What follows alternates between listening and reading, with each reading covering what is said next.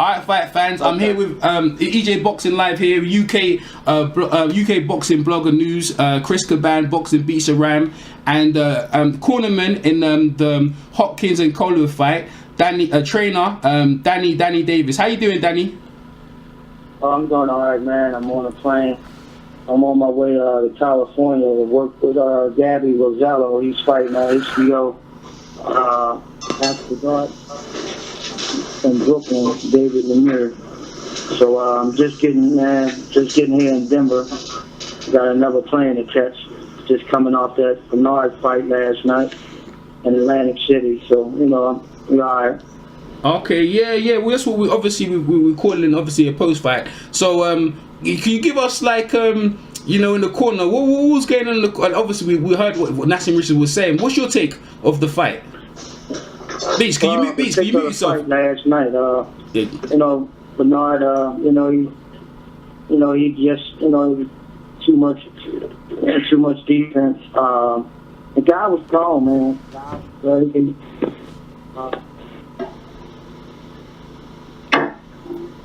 The guy was very, very Kovalev was very lengthy. He was solid, man. And the surprising thing for me, I didn't know he was going to be that patient. And I guess we can't take nothing away from Bernard, 49 years old, to do 12 rounds, man. And then come out the 12th round. The way he came out, man, it was just awesome, man. It was just great, man. What can you say about the old man? I was saying, like, people were saying that some people were saying he looks old. Me personally, I was thinking the trainer, Thingy Davis, Jackson, I think he implemented a great game plan of how to nullify what Hopkins was doing. Would you say that? They had a great strategy. You were saying what? The game plan by the trainer, Kovalev's trainer, he implemented a great game plan how to nullify what Hopkins was doing. He took away what Hopkins was doing. Would you say that? You were saying John David Jackson? Yeah. The game plan he gave Kovalev to how to nullify what Hopkins was doing. He kept Hopkins against the ropes, kept backing him up against the ropes. Playing it well, they can play, but I guess with the back him up against the ropes.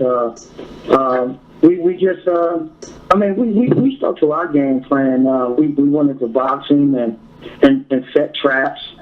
But once again, man, Kovalev was very, very smart last night. He fought a perfect fight, man. He like I said, man, the patience part that I was surprised of. And John, they stuck to their game plan. He wasn't careless. He wasn't rushing because he knew the old Fox man, still had, a lot of fighting. But we just get off. Just couldn't get off. And then he did, with a lot of shots. He was rolling a lot of shots and over the. Hello? I said Kovalev hit him on the arms a lot, but he also, Bernard, he missed a lot. And the shots that he did land, they was very effective. Get hit solid with this guy. This guy he had.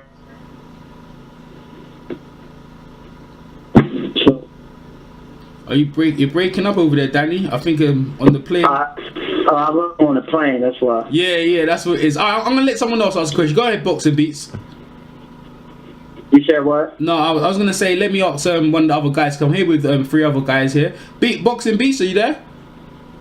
Yeah, I'm here. Okay, let me ask Lee. Lee, have you got a question? Yeah. Have you got a question for Danny? No, I'm here, man. I'm here. Go ahead, Beats. Yeah. So, what did Bernard put it down to, basically? What did Bernard what? But what? How did Bernard take the defeat? What did he say? What made him not be able to perform how he wanted to? Oh, he didn't say that. He said yes. The guy got, they said the guy was just, very strong. He was very patient. That's what he said. I mean, nothing negative at all. But so, okay. Well, there's nothing in the camp that you guys think you could have redone, or I'm not saying excuses, but sometimes, it's not an excuse. Sometimes it just is. Maybe something in preparation didn't go right, or maybe something wasn't right with him. Nothing like that. Everything went to plan going in it, but it just Kovalev was just too good. The plan was to capitalize, off the mistakes, and the plan was to take him into deep waters. And that's pretty much after after the 7 or 8 round, where he never been past. So that was the game plan, but Kovalev stuck to his game plan. And like I said, you can't take nothing away from him. Yeah. Yes, indeed. Okay. Lee, you have a question for Danny? Yeah, Danny. Nice to meet you, Danny. This is UK Boxing Blogger News. Basically, did Bernard Hopkins mention anything about the power of Kovalev? Was that one of the reasons why he was failing to come off, or was it more to do with to get off with his punches, or was it more to do with being countered every time he tried to throw? Yeah, he did. I mean, he in the locker room, he did say, he just was heavy-handed. He said, I mean, it wasn't like he was such a big puncher. He was just heavy-handed, and I mean, he had been in front of bigger punchers than Kovalev, but it's just the way, it was just like thumping. So, he just couldn't get off. He was, long and solid, man. He's, you can't take nothing away. Like I said, this guy fought a great fight. Yeah, he seems to be in the great fight, man. Yeah. Wow. So, what does Bernard think about his future now? Is he going to fight on, or is it too early to talk about that? Well, it's like he said. Like he said in the press conference, you ask questions like that, and it's like a woman is in labor, and you ask her she want to have another baby. You know what I mean? And she going to try to grab something to hit you with. and like you said, man, he's been saying, it's a 50-50, and he's been saying that since he promised to retire at age 40. So, we don't know. There's a 50-50. Me personally, I think, hey man, he certified his legacy. He didn't. I don't think he damaged it yesterday, like a lot of older guys who continue to fight and look bad and make it, like I said, look bad and embarrassing themselves. I don't want to name names, but you know what I'm talking about, the guys who fought past their prime. But I don't think it messed anything up yesterday. I just think, like I said, me personally, I think he should wrap it up and just call it. So can I just ask you one last question? No, go. Let Danny finish what he's saying, Lee. Go ahead, Danny. Go ahead. Say what you say. Finish what you say. What I was about to say. When I was saying that, I think he should just hang it up. He's done a lot. It's going to be years, man. I think we're all going to be dead and gone before anyone did what he did in boxing, man. It's going to be years, man, unifying the belt, all them defenses, 21 defenses at middleweight, then becoming the oldest man. This man is in the Guinness Book of Records. This man has set all kinds of records, man, in the game of boxing, man. It's going to be a while before someone set that pace. And he had set a huge bar in boxing. I can't see no one in this era, the next era, the following era, like I said, we'd be all gone. It'll be another 100 years before someone accomplish and did what he did in boxing. So yesterday, man, listen, man, he could hold his head up and walk away and be in the Hall of Fame in the next couple of years. I agree. Yeah, Definitely. 100%. Chris, 100%. let me ask Chris. Chris, are you there? Chris Caban? I guess not. Boxing beats around. Got another question for Danny? Well, Lee what was you gonna say, Lee? Oh, just one last question. I just wanted to know, in your own opinion, Danny, if Kovalev goes and fights Stevenson now, because that's obviously the next question, who do you think wins? Well, we all know, and in fact speaks for itself. Every time Bernard fights someone, they never the same. So they never the same, and facts never lie.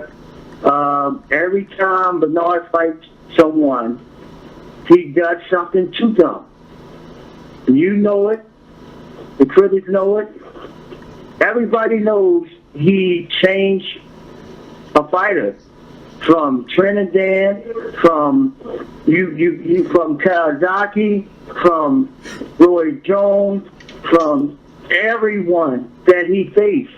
The young Cloud, Chad Dawson, these guys is never the same. So he does something to these guys. So I think Stevenson is the perfect time to get him there. You know? Because, you know, he got exposed a little bit yesterday. You know, even though, like I said, man, he fought a great fight, man. He was very patient. Mm-hmm. But he got exposed on some things.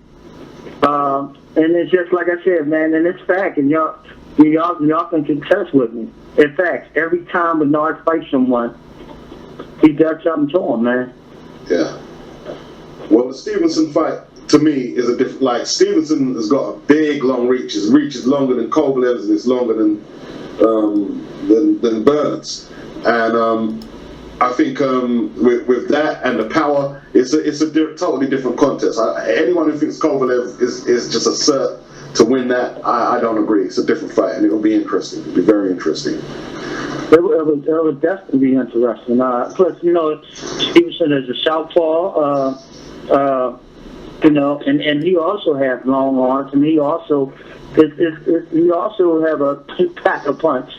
You know, so it will be very interesting fight. But I just, like I said, man, every time Bernard fights someone, man, if you know, if they went the distance or you stopped it, whatever how the outcome went in the Bernard Hopkins fight, he does something to a guy, man. Like, when you see him the next time, you like, what the hell? What is wrong with him? He does something to these guys, man. Do you not feel like this time's a little bit different though? Because in all my years of watching Bernard Hopkins, this is the only time that I've never give Bernard a round. Yeah. But you didn't seem to have to mess with Kovalev in one way. I mean, I gave him, you know, I gave him a couple rounds. I thought, if you go back, I thought he did hurt him a couple times, and then he let him off the hook. Then, you know, Kovalev would come back. You know, I could give him a couple, but I mean, you can't really argue it. But you know, I mean, he did won the unanimous decision. Fair and square, the best man won last night. Yeah. Okay, Chris, go ahead, Chris. Ask Danny, introduce yourself and ask Danny a question. Yeah, Danny, this is Christian Caban from We Live, Eat, Sleep, Boxing. And I would like to know that Andre Ward, he's sitting out now, but he reminds me a lot of young Bernard Hopkins. How you think a match between Andre Ward and Kovalev will go? We just talked about Andre yesterday, man. Andre is the next thing, you know. But it's unfortunate he haven't been active, and I think, you know, that will be, you know, the hurting part, because he's not really active. You know what I mean? Yeah, but I like Andre Ward, man. I always liked Andre Ward. He's like a little mini clone of Bernard, man. Andre Ward, man. There's no question. Okay. Yeah. I just would like to see him get busy, man. God rest his soul, Dan Goosen, man. Yeah. And everybody knows he was having issues with him with Dan, but now, man, he can just move on, man, and start fighting, man, because he when you still need to be active, I don't care how great you are, you need to be active. Yeah. I mean, how good you are, you still need to be active versus to a guy who's fighting at least twice a year. And you're not fighting. You know what I mean? I still think I don't care how good you are, you need to be active. Yeah, I agree. Okay, I got another question. Can you give us some guys to look out, some upcoming Philly guys we need to be on the lookout for? Oh yeah, I'm working with Jesse Hart.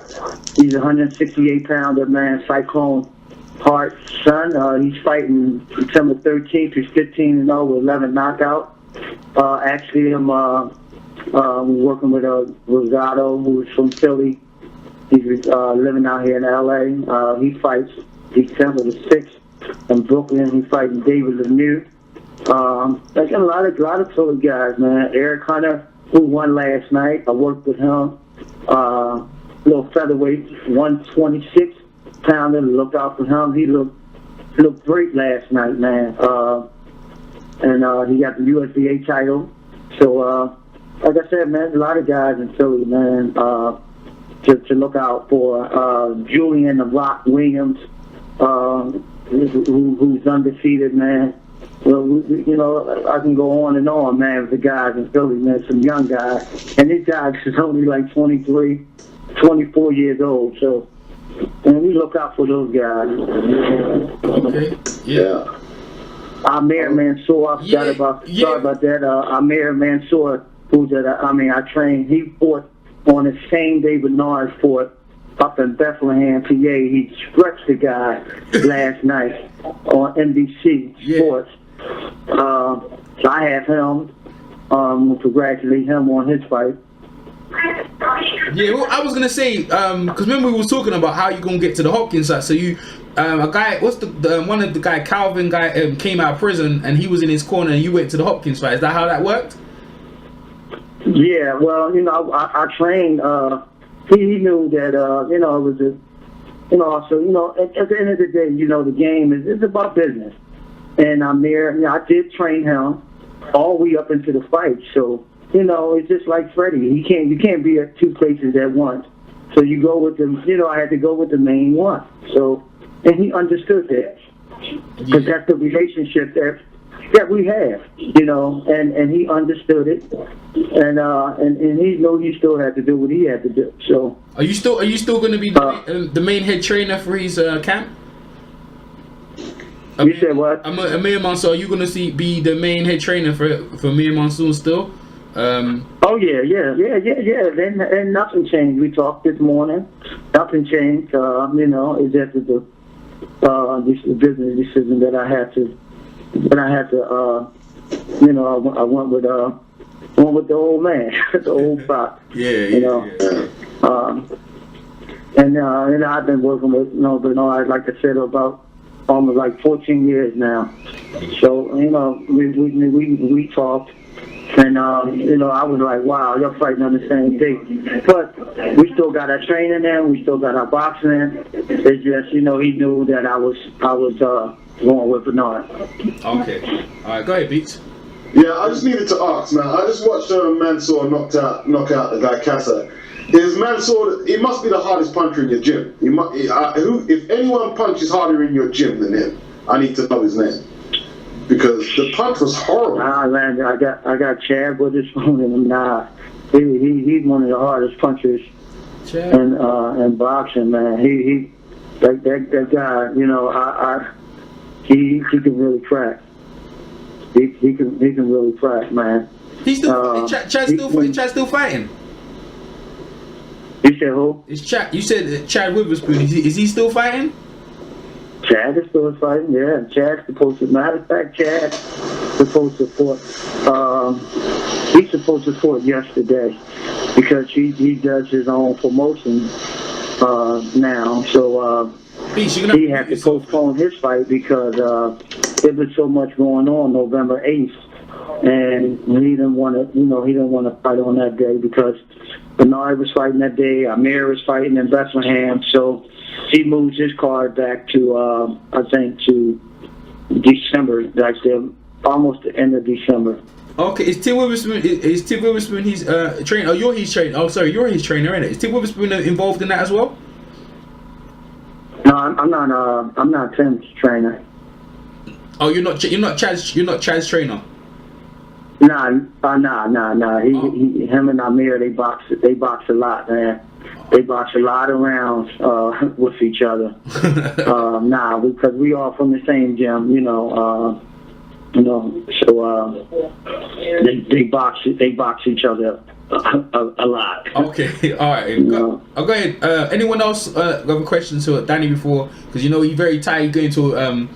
You're going to go work tonight. I'm next. I'm next. So. Okay, Lee, you got any questions, or Chris got another question? Chris? I've got one question, man. Yeah. It's backtracking a little bit. Over the Stevenson, Kovalev and Hopkins situation, it's been very hard to negotiate. Do you know any inside information of why the politics were so hard and how Bernard didn't fight Stevenson and come to fight Kovalev? I really can't, really speak on that as far as the politics, wise. You know what I mean? It is what it is as far as politics. We all know that. But Bernard just, he wanted to fight the best, man.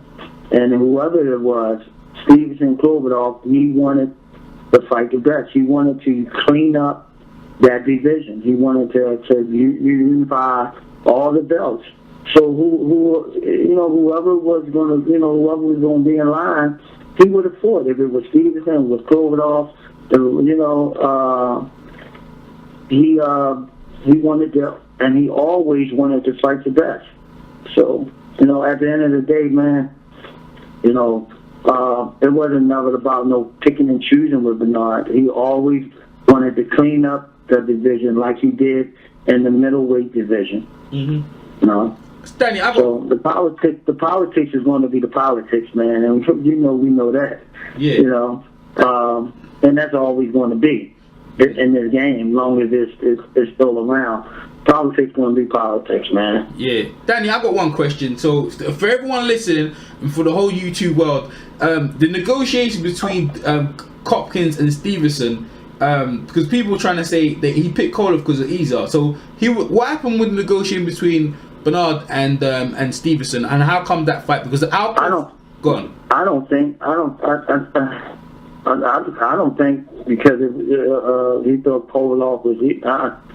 I thought it was, to be honest with you, I thought Stevenson was a more better matchup because of Bernard history with southpaws. I thought that would have been a more suitable than Kovalev. I always thought Kovalev was dangerous than Stevenson. Not judging him from the Farrell fight, but just with my experience working with Bernard with southpaws. And he had field day with the southpaw guys, and I thought he was a more better suitable matchup than Kovalev, But he picked Kovalev, so like I said, he always wanted to be in front of the best, man. He always seemed like he had something to prove. I mean, he really had nothing to prove. As much as he had accomplished in boxing, setting records, making history, this man in the Guinness Book of Records. So, hey man, all you could do is just say wow. And sometimes, and I work with him, I say wow. You know, sometimes I look at him like, what the hell is you doing, man? You know, after winning the belt, calling me, Danny, meet me in the gym Monday. I got to look at him like, I'll be looking at him like, what is this man is doing? You know? So, man, you got to, man, Bernard, man, you got to just really, you know, you got to bow down, man. Not take your head off. You got to bow down for this man. You know? So, yeah, man, I'm kind of like tongue-tied, man. You know, in a way, you know, I was very, very proud yesterday. You know, it was a little emotion. You know, man, you know, you get a little touched, a little choked up. You know, because of how the outcome. You know, but at the end of the day, man, he stood there. He stood up. He didn't get knocked out, man. He finished on his feet. He finished with pride. Yeah, that's right. Yeah, and I just want to, this is my last bit. Looking on the fight again today, he wasn't as hurt as bad as we thought in the 12th. It wasn't as bad as that, you know. It wasn't as bad as I thought. So he finished the fight comfortably on his feet, and you know, if that is his last fight, that's I think that's a fitting ending, man. You know, he passed the torch to a really good light heavyweight, and yeah, that's my listen, man. Yeah, listen. Like I said, man, if you go back in history, you go back in time, most guys who was out of their prime, they either was on their face, they looked bad, they got knocked out, they made themselves look terrible, and some of them continued to make themselves look bad. Bernard didn't, man. You know, that 12th round, man, I was out of my seat, and I'm a damn trainer. I was out of my seat because how he came out and how he finished the fight, man. He even was like, yo, this man gonna knock me out because I'm coming out. He didn't hold not once. Yeah. So, you know, that tells you a lot about Hopkins, you know, Bernard, man. And like I said, man, I was a fan yesterday. Besides as a trainer, I was a damn fan. You know what I mean? I stood up, and I was supposed to be sitting in my seat.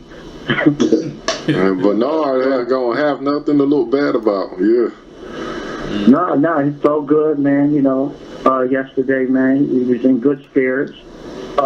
You know, he's so much on point, man. You know, at the press conference, man, he was just funny. He was on point. You know, and what could you say, man? What could you say? I thought he was going to take the young guy out the one round when Bernard had Kovalev doing the stinky leg with that punch. He had to go on the stinky leg a couple times. And that's why I said, man. That's why I said with Kovalev and John. You know, I worked with John, man, for several fights. I worked with him with Randall Belly. You know, me and John is, you know, real tight, man. And I learned a lot from John working with him for a couple years when he worked with Bernard. And he also fought Bernard. So, you know, coming into that fight, you know, as a trainer, you know, he had to get in his pupil's ear. And because he kind of know it, man, and he probably was saying, yo, you got to be patient with this guy. Don't run into nothing. Don't be curly. Don't be reckless like you have been in your other fights. You know, and he probably worked on like, listen, man, we got to go to distance. They knew that. You know, and with Bernard, you know, you got to be patient, man. He's born, but he will put you to sleep, and then and still rounds on you, and before you know it, he's raising his hand, and you saying what happened. Yeah, definitely. Well, man, hey, man. Well, hey, man, we appreciate you giving this time because you obviously, you know, it's tiring, and obviously you're going on to train Rosado right now over in the plane. And Danny, man, yo, we appreciate you giving this time after the Hopkins fight, Kovalev fight. So, yeah, we're gonna try and keep in contact. If anything, we'll probably talk to you just before, maybe a week before, or 2 weeks before the Rosado fight. Yeah, man. Man, Greg Hack. We going out here, man. His assistant. So me and him, man, we both from Philly, man. So we going out here and work with Rosario, man. He got about 4 more weeks, You know what I mean? He do his thing.